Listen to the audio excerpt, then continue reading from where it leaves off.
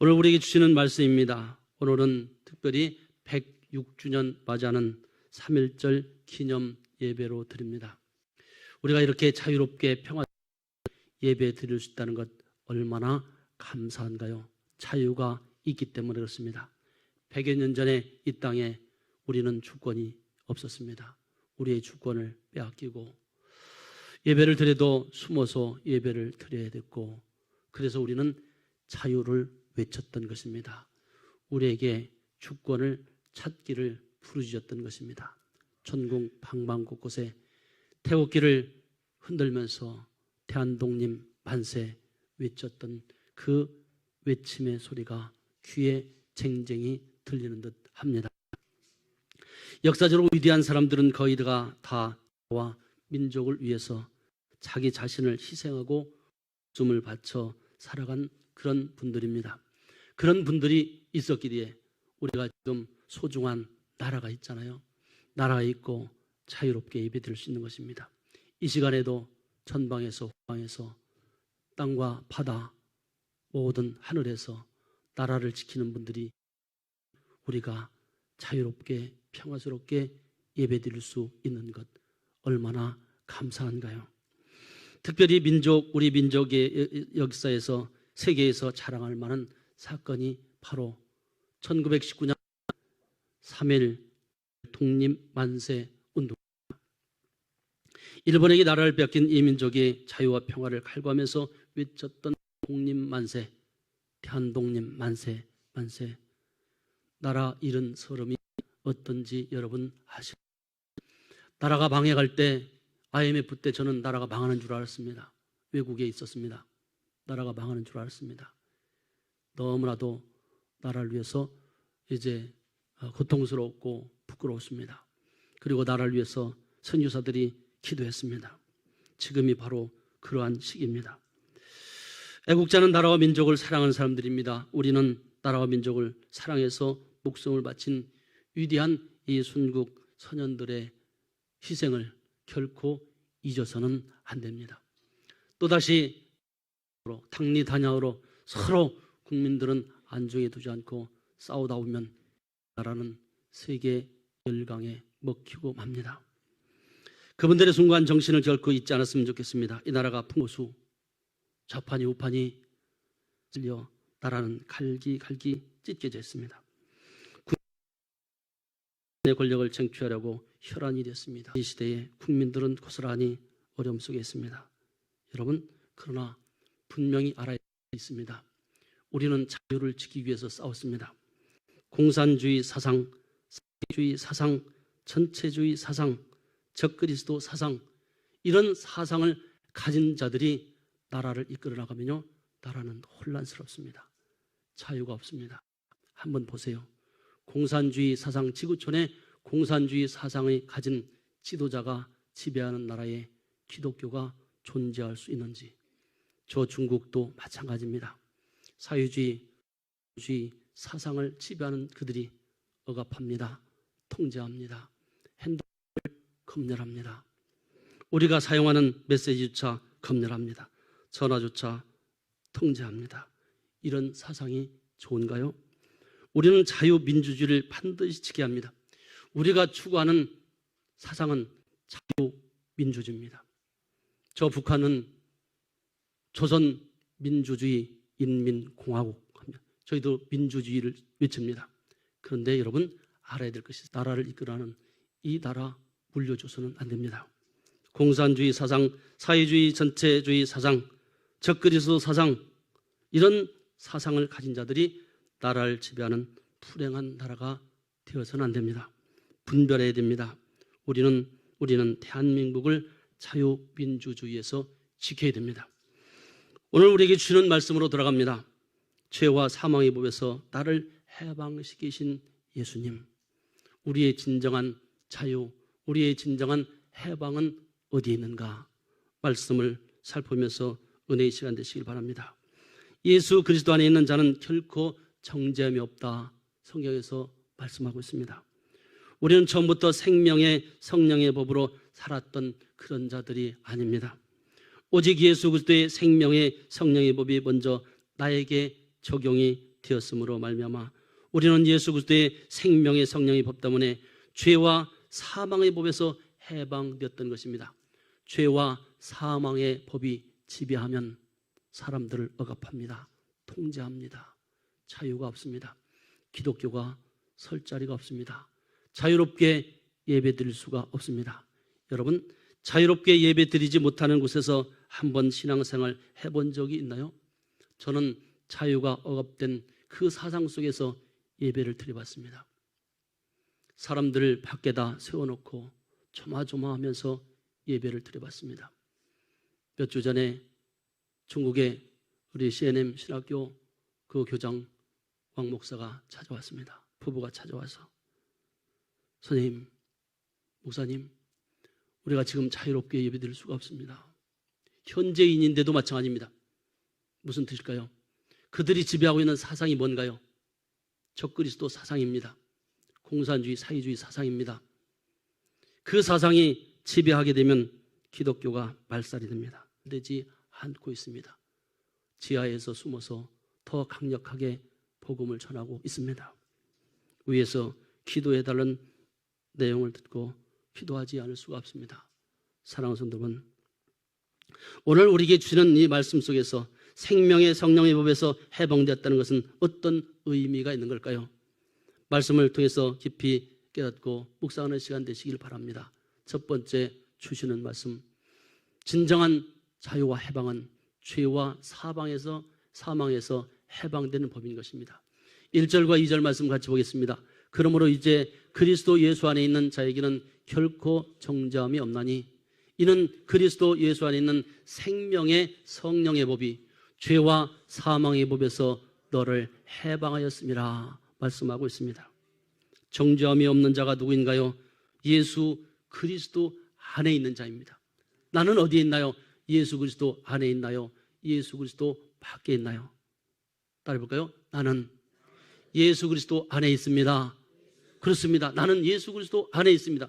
예수 그리스도 안에 있는 자에게는 정죄함이 없다 말씀하고 있습니다. 이런 자는 생명의 성령의 법에서 해방된 자입니다. 바울은 예수 그리스도 안에 있는 자는 누구에게 고발을 당하거나 혹은 불리한 판결을 받지 않는다 말씀하고 있습니다. 그것은 왜 그럴까요? 예수 그리스도의 구속의 피로 거룩하게 구별되었기 때문에 그렇습니다. 저와 여러분은 구별된 자들입니다. 따라해볼까요? 나는 구별된 자입니다. 그렇습니다. 우리는 구별된 자입니다. 그래서 우리를 가리켜서 성도라 그렇게 말합니다. 오히려 하나님으로부터 의롭다 인정을 받았다는 사실입니다. 그리고 성화의 과정을 통해서, 즉 예수님을 닮아가는 과정을 통해서 거룩한 삶을 살게 되고 최후에는 상급을 받게 되는 것입니다. 정죄하민이 그랬습니다. 이런 자는 사망의 법에 있기 때문에 그렇습니다. 정죄받는 자, 누가 정죄받는 자일까요? 마지막까지 백보자 심판의 마지막 때에 백보자 심판대 앞에 서게 되는 자, 누구인가요? 복음을 받아들이지 않는 자를 말합니다.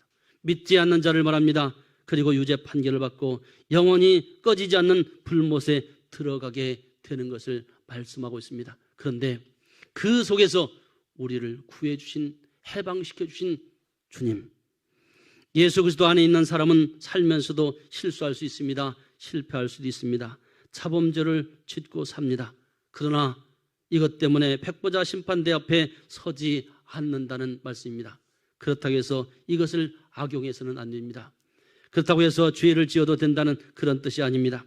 생명에 그렇습니다. 생명이라는 것은 초자연적인 삶을 말합니다. 생명의 성령의 법, 생명은 예수 그리스도를 통해서 받은 것을 의미하며 이 모든 것은 성령의 초자연적인 역사하심에 의해서 이루어진 것입니다. 그러므로 하나님과 단절된 영이 다시 회복되는 은혜를 입게 된 것입니다. 여러분, 영이 죽었다는 것은 하나님과 단절되었다는 것입니다. 하나님과 단절된 사람이 누구인가요? 믿지 않는 사람들을 말합니다.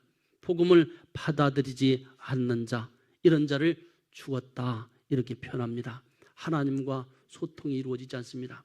말씀의 자리로 나오지 않습니다. 기도의 자리로 나오지 않습니다. 복음을 전혀 생각하지 않습니다. 생명의 성령의 법은 살아계신 예수 그리스도로부터 나옵니다. 예수 그리스도의 구속의 은총으로 영원한 생명을 얻게 된 것은 그리스도인들이 누리는 최고의 복 중의 복인 것입니다. 우리는 이 구속의 은총의 복을 받아 누리는 사람인 것입니다. 나는 누구인가요? 우리는 누구인가요? 이 예수님의 은총을 입은 자들입니다. 따라해볼까요? 나는 주님의 은총을 입은 자입니다. 그렇습니다, 여러분. 나는 그런 존재입니다. 우리는 그런 존재입니다. 주님의 은총을 입은 성도들인 것입니다. 여기서 사망이 나옵니다. 이 사망은 영적 죽음의 뜻을 말합니다. 사망의 법이란 인간은 처음부터 원죄 안에서 죄의 무게를 어깨에 짊어지고 태어나고 살아갑니다. 태어날 때부터, 어린아이가 태어날 때부터 원죄를 가지고 태어납니다. 그리고 사망의 법이 전 인격을 지배함으로 악을 따르며 살아가게 됩니다. 결국 사망에 이르게 하는 법을 말합니다. 생명의 성령의 법은 생각조차 할 수 없는 법입니다. 왜 그럴까요? 이런 생각을 하거나 기대할 수 있는 생명이 처음부터 없기 때문에 그렇습니다. 오직 사망만이 존재하기 때문에 그렇습니다. 사망의 법에서 벗어날 수 있는 자가 누구인가요? 이 사망의 법에서 벗어날 수 있는 자가 있습니다. 물론 자기의 능력과 노력으로는 할 수가 없습니다. 오직 예수 그리스도의 구속의 은총을 입은 자만이 생명의 성령의 법 안에서 살 수 있고 결코 정죄함도 없습니다. 생명의 성령의 법이 사망의 법보다 우월하며 예수 그리스도께 속해 있기 때문에 그렇습니다. 생명의 성령의 법은 예수 그리스도 안에 있는 생명을 주시는 성령으로 말미암아 행사되는 법칙 및 권능을 가리킵니다. 이것으로 인해서 우리는 죄와 사망의 법칙에서 실제로 자유롭게 된 것입니다. 이 해방은 하나님께서 만세전에 작정하셨고 현재 그 은혜를 누리고 있는 것입니다. 우리 성도들은 이 은혜 안에 있는 사람들입니다. 이 은혜를 누리고 있는 사람들입니다. 해방하였습니다 말씀하고 있습니다. 죄와 올무로부터 자유를 말합니다. 죄 속에 있었지만 복음이 우리에게 임하면서 우리는 더 이상 죄의 종 노릇하지 않는다는 것입니다. 여러분, 오늘 여러분은 교회에 나오셨습니다. 교회에 나왔다는 것은 내가 사단으로부터 벗어났다는 뜻입니다. 이겼다는 뜻입니다. 사단이 더 이상 나의 발목을 잡을 수 없다는 뜻입니다. 사단아 물러가라. 우리는 나올 수 있는 용기와 힘과 능력을 주신 것입니다. 우리는 그 은혜를 누리고 있는 사람들입니다. 우리는 이 은혜를 잊지 말고 항상 감사와 영광을 돌리는 우리 성도들이 되시기를 주님의 이름으로 축원합니다. 감사와 찬양과 경배를, 영광을 하나님께 올려드리자. 우리가 찬양했잖아요. 마찬가지입니다. 오늘 가사 내용이 너무나도 좋습니다. 여러분, 하나님께 찬양과 영광 그리고 경배를 올려드리는 우리 성도의 삶이 되시길 바랍니다. 이것이 주님이 받기 원하시는 예배인 것입니다. 하나님은 찬양과 경배를 받으시기를 원하십니다. 찬양을 받으시는 하나님이십니다. 두 번째로 주시는 말씀 볼까요? 진정한 해방은 영을 쫓아 행하는 법이라 말씀합니다. 3절과 4절 말씀 같이 보겠습니다.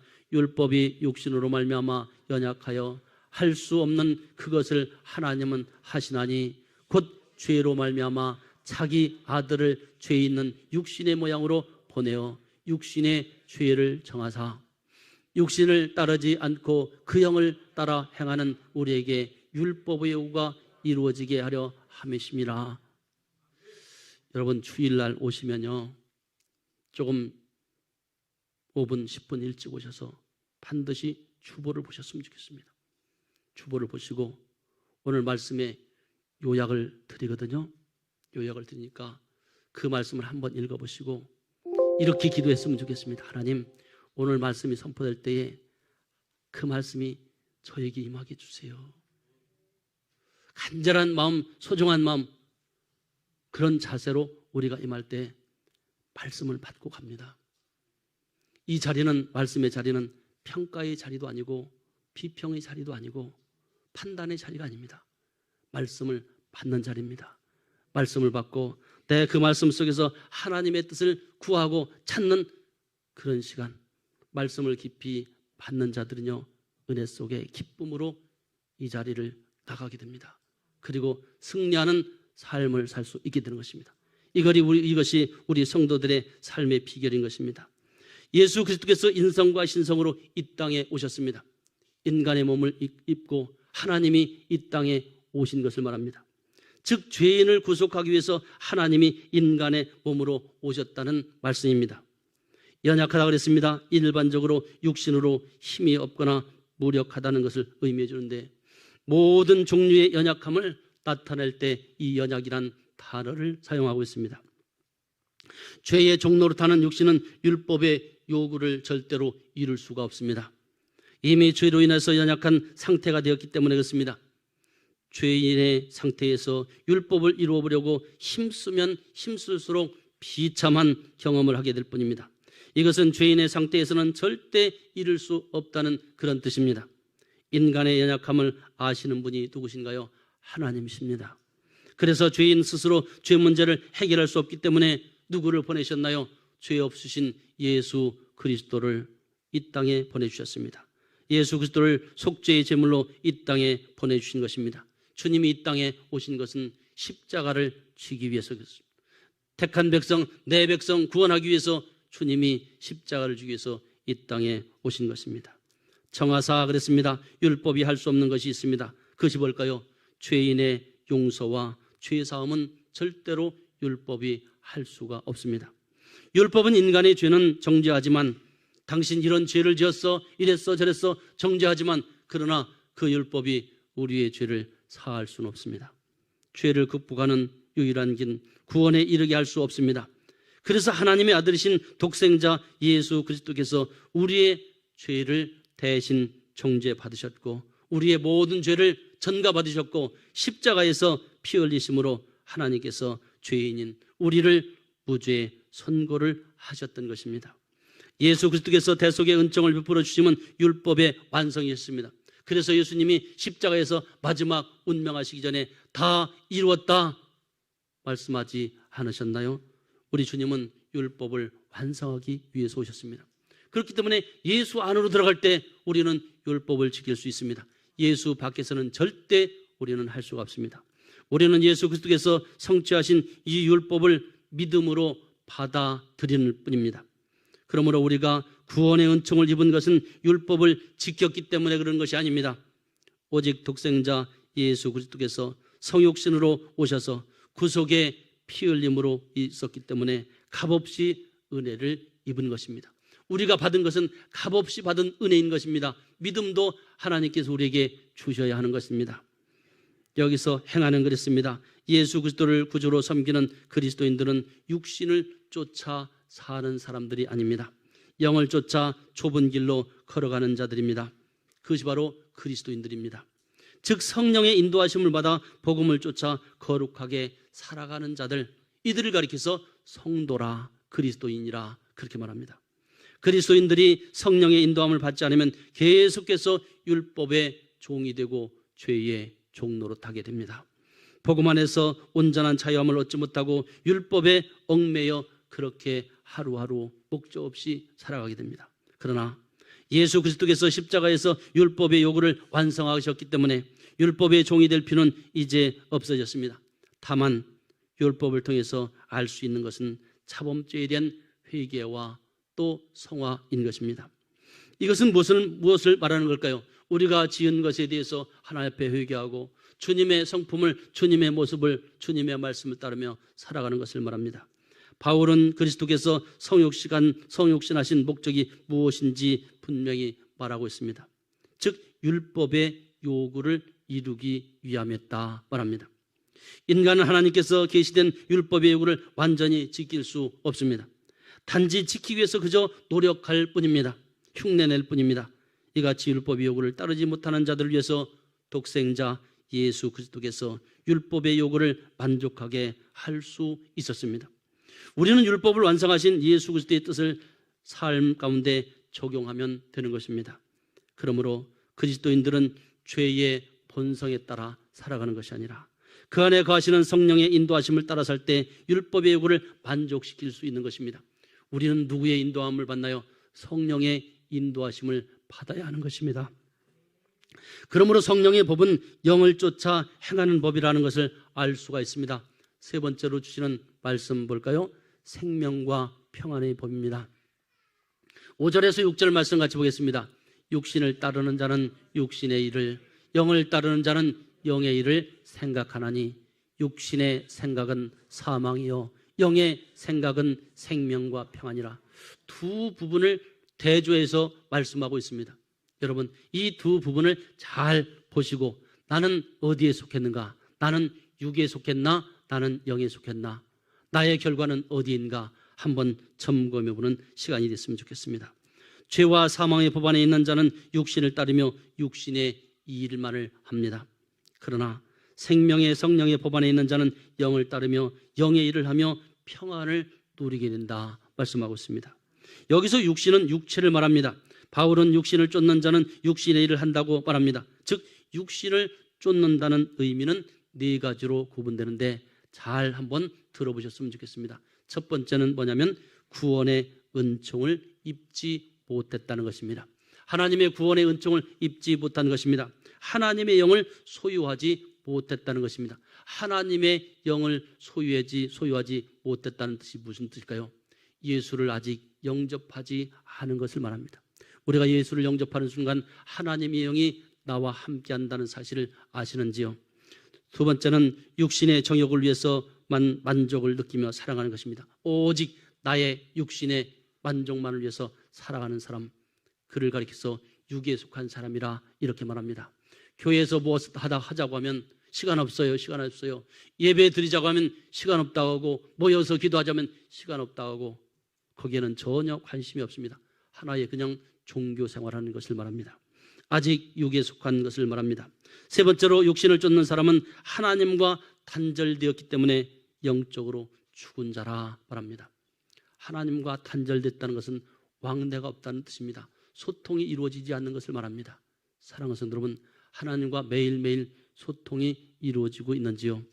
넷째로 그 안에 평강과 안식의 쉼을 누리지 못하고 소망이 없는 삶을 살게 됩니다.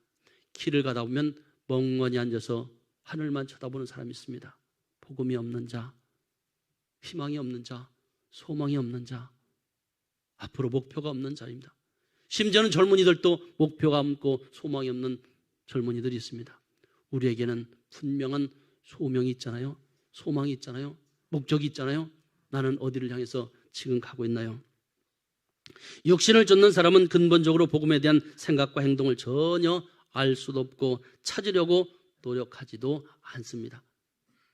근본적으로 영적인 삶에 대한 의지가 상실되었기 때문에 그렇습니다. 이런 자를 그래서 육신에 속한 자라 이렇게 말합니다. 나는 어디에 속하나요? 오직 육신을 따라 사는 것이 인생의 최대 목적이기 때문에 그렇습니다. 바울은 육신을 쫓는 자와 대조를 이루는 것이 영을 쫓는 자, 육신을 쫓는 자, 영을 쫓는 자 두 가지를 비교해서 말해주고 있습니다.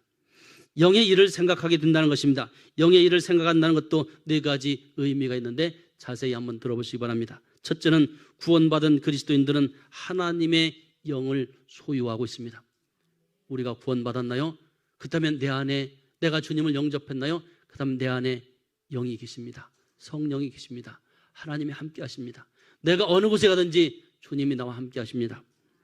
두 번째는 구원받은 그리스도인들은 성령의 뜻에 따라 선한 삶을 살려고 노력하며 온전한 성화를 이루어갑니다.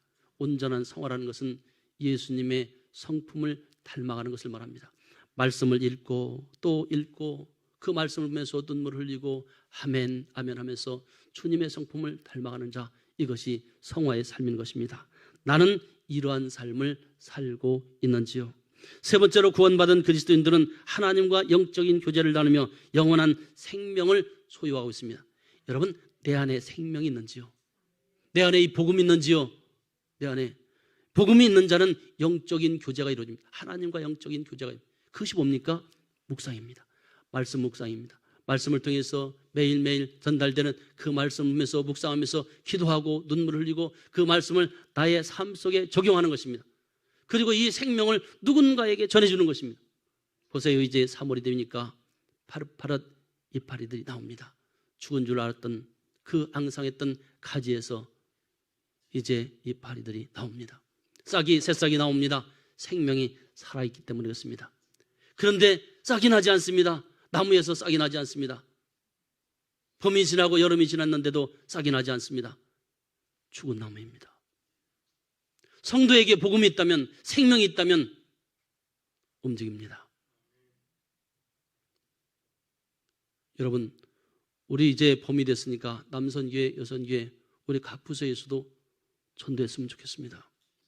추울 때는 추워서, 더울 때는 더워서 못했지만 이제는 해야 됩니다.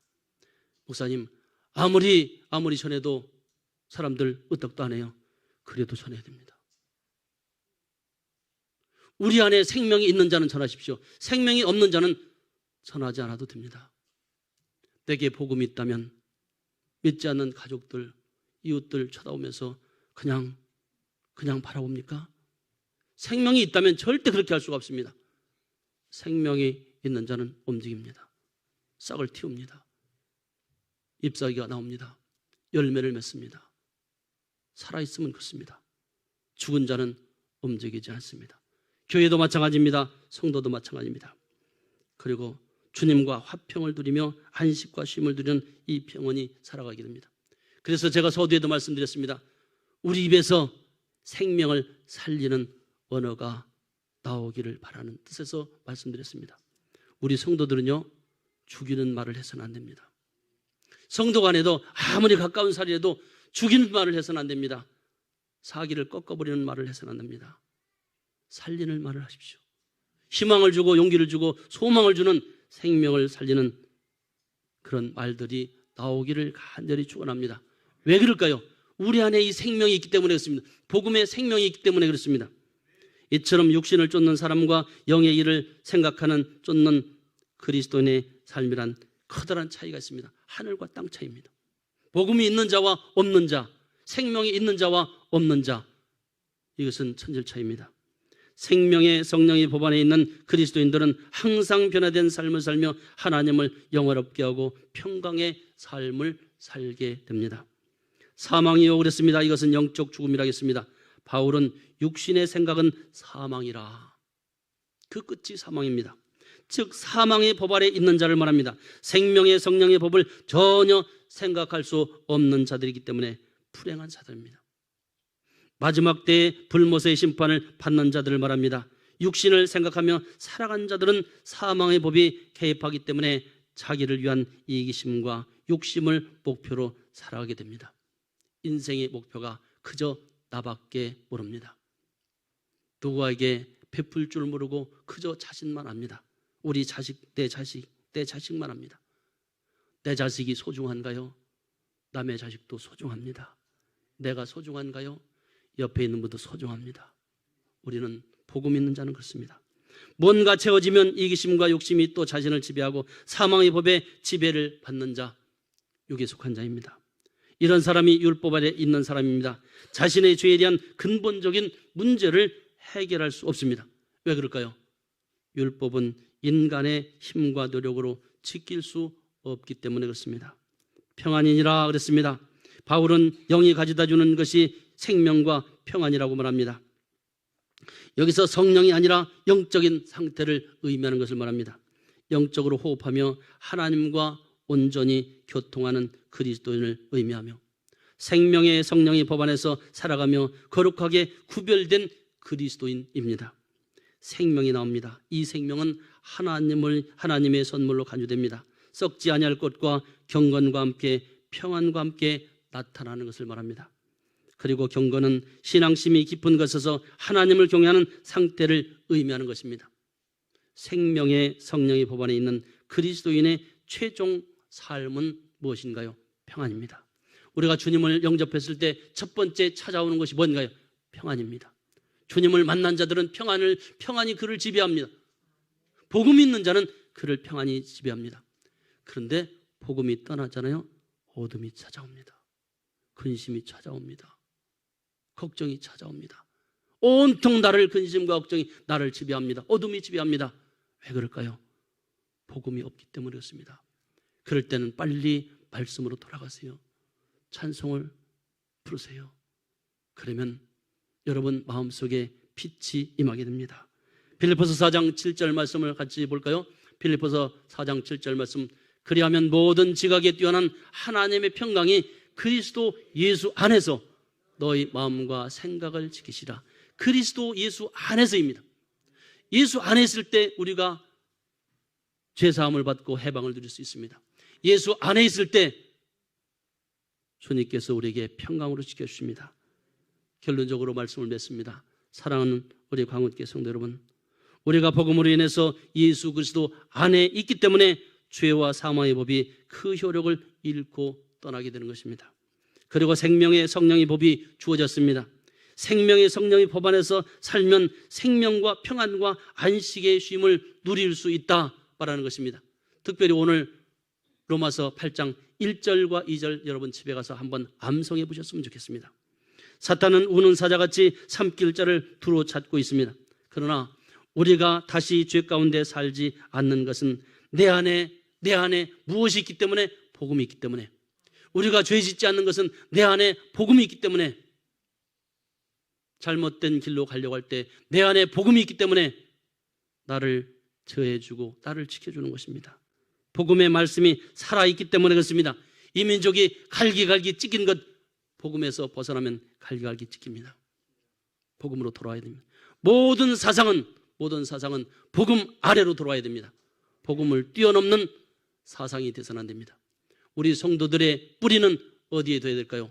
복음에 둬야 됩니다. 말씀입니다. 복음 안에서, 예수 안에서 우리는 행동하고 말하고 해야 합니다. 그래서 이제부터는 죄에 대해서 분별하고 멀리할 수 있었던 것입니다. 그리고 예수 그리스도를 더욱 의지하게 되고 바라보게 되는 것입니다. 여러분이 사람들을 바라볼 때, 정치인들을 바라볼 때 여러분 여와 야를 떠나서, 내가 좋아하는 탕을 떠나서 한번 그 사람이 어떤 사상을 가지고 있는지 이걸 검토해 보세요. 공산주의, 사회주의 사상인지 적그리스도 사상인지 이것을 분별할 수 있으면 우리가 분별력이 생깁니다. 우리는 이제부터 성령의 생명의 성령의 법 안에서 해방되었기 때문에 자유로움을 누리며 영원한 천국을 바라며 소망의 삶을 사는 그리스도인들이 되시기를 주님의 이름으로 축원합니다. 나라를 위해서 기도해야 할 때입니다. 다 같이 기도하겠습니다. 하나님 아버지, 은혜를 감사합니다. 예수 그리스도의 구속의 은총으로 영원한 생명을 얻게 된 것은 그리스도인들이 누리는 최고의 선물이요 축복임을 깨닫게 하시니 감사합니다. 오직 예수 그리스도의 구속의 은총을 입은 자만이 생명의 성령의 법 안에서 살 수 있고 결코 정죄함도 없음을 깨닫게 하시니 감사합니다. 항상 변화된 삶을 살며 하나님을 영원롭게 하며 평강의 삶을 살아가는 우리 성도들이 될 수 있도록 축복해 주시옵소서. 우리 민족을 사랑하시는 아버지 하나님, 우리 민족의 눈물을 씻겨주시고 주님의 흘리신 십자가 보혈로 죄의 종이었던 저희를 자유케 하시고 죽음과 절망의 사슬에서 해방시켜 주시니 감사합니다. 그러나 아직도 우리는 주님의 사랑을 외면한 채 여전히 우상을 숭배하며 세상의 쾌락을 사랑하기를 주님 사랑하기보다 더하고 있사오니 이 민족의 죄악을 용서하여 주시고 상한 이 땅을 새롭게 고쳐주시옵소서. 우리나라가 예수 그리스도 안에서 죄와 사망의 속박에서 완전히 벗어 해방되어 예수님의 향기로 진동하는 하나님 나라가 되게 하여 주옵소서. 일제의 억압 속에서도 지켜주셨습니다. 신앙을 지킨 우리 믿음의 선진들을 본받아 하나님의 영광이 드러나고 평화와 사랑이 풍성한 나라가 되기를 원합니다. 한 치 앞도 가름할 수 없는 폭풍 속을 지나고 있는 이 대한민국 긍휼히 여겨주시사 하나님을 경외하는 진실된 지도자들이 세워지는 지도자의 복을 허락하여 주옵소서. 체제 유지를 위해 무고한 생명을 앗아가는 북한 정권의 만행이 속히 중단되게 하시고 식량난으로 고통받는 북한 동포들에게 참된 자유를 주시며 저 북녘 땅에 성령의 새바람이 불어오게 하시고 이 민족 위에 완전한 해방의 날이 임하게 도와주시옵소서. 140여 년 전 선교사들이 희생과 헌신이 생명의 씨앗이 되어 대한민국이 복음화되게 하셨사오니 세계 선교의 마무리를 위해 쓰임받는 이 민족 되게 하여 주옵소서. 온 국민들이 혼란스러운 정치 사회 현실에 낙담하지 않게 하시고 대한민국을 지키시고 보호하신 하나님의 손길을 경험하게 도와주시옵소서. 마지막 때에 역전시키는 하나님의 능력을 체험하게 하여 주옵소서. 기도가 멈추지 않게 도와주시옵소서. 이 민족을 긍휼히 여기주셔서 피 흘림 없는 복음적 평화 통일이 이루어지도록 축복하여 주시옵소서. 이 나라 위에 공산주의, 사회주의, 전체주의, 적그리스도 사상을 가진 지도자들이 나서서 이 나라를 지배하지 않도록 막아주시기를 간구드립니다. 하나님께서 친히 이 나라의 민족의 목자가 되어주셔서 정치, 경제, 군사, 사회, 문화 각 영역 가운데 하나님의 통치가 임하게 하셨고 통일된 한반도에서 하나님의 사랑과 평화를 노래하며 세계 선교의 주역으로 쓰임받는 그날이 속히 올 수 있도록 역사해 주시옵소서. 이 민족의 주인이시오 우리 삶의 주인이신 존귀하신 예수님의 이름으로 기도 올리옵나이다. 아멘.